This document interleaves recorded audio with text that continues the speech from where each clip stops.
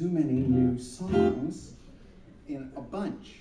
I try to spread them out, but the funny part is, whenever I'm choosing the next song, it's just sort of like, where does the story go from here? What does this topic have to do with the next song? And so I tend to choose songs that kind of flow together, and although I rearrange them, I do get on a jag every once in a while where there's a current theme, and so the songs that are more current get played. And so I will try to spice it up a little, but I just really love this recent CD that I did. It's called Open Hand, and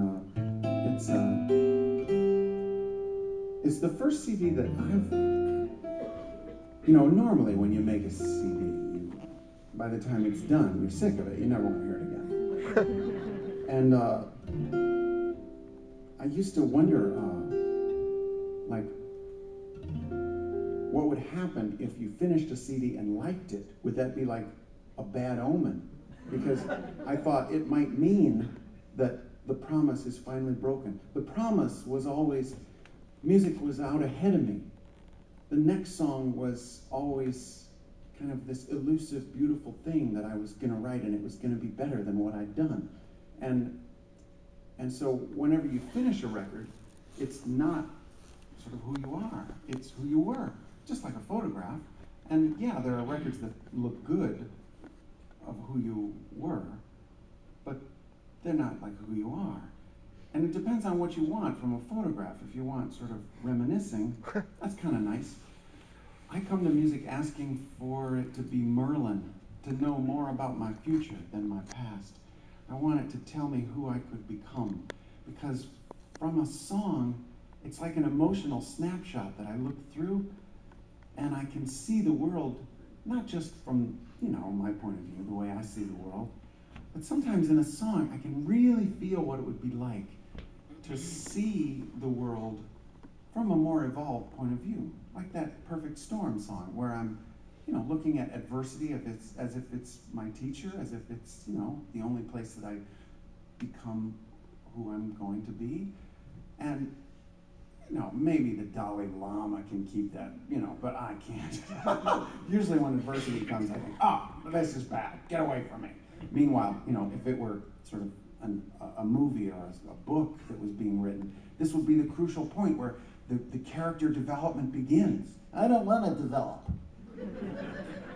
But, this is a point of view that I glimpse through a song where I can see what it's really like to step into what is and say, okay, so if I were the character of my plot, of my book, of my life, what would I do? Who would I become through this? Oh, this is a lot to ask. This is like, a crisis is a terrible thing to waste kind of a thing. It's hard to live up to. So I write these songs, and I hope to glimpse in them. It's kind of like, imagine that you're Ed Hillary. You're not Sir Edmund. You haven't done that. You're just Ed. You're probably still back in New Zealand. And you get this letter in the mail, kind of an odd letter. There's no return address. You open it up, it's a photograph of the Himalayan mountains. I mean, you study those mountains, you know what they look like. As a matter of fact, from the pattern of mountains on this ridge in the photograph, you can tell which peak you're looking at. Wait a minute, you're looking over the top of that peak at one behind it.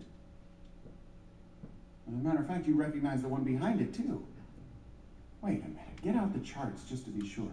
You go through the pages and you find the map, and you line up that mountain at the angle with this mountain, and draw a line.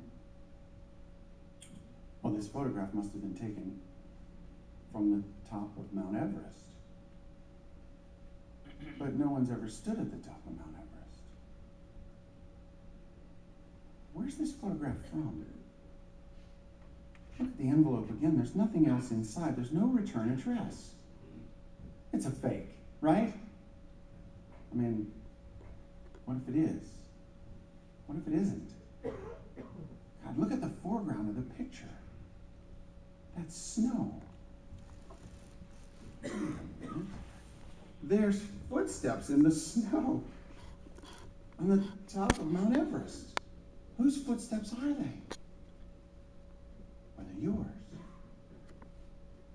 Ed. Sir Edmund. They're not your footsteps. They're Sir Edmund's. Well, that's you. No, not yet. You haven't done that yet. Wait a minute. What is this? What are you looking at here? Are you looking at the point of view, the way of seeing that will define your life? Well, yeah. Don't lose that picture. Just put it in the pocket by your heart. You can't show it to everybody, because it does look like a fake. I mean, what do you expect? Climb Mount Everest? Nobody's done it before. But if you've seen the world from that point of view, even glimpsed it, then it's just a finite number of steps. I mean, you know where they're going. You just have to take every step. Doesn't that mean you're already there? How would that? What would you do with a picture like that? In these songs, when I come to them and they tell me about what it would be like to have a wisdom that I don't have, to see the world the way I don't see it.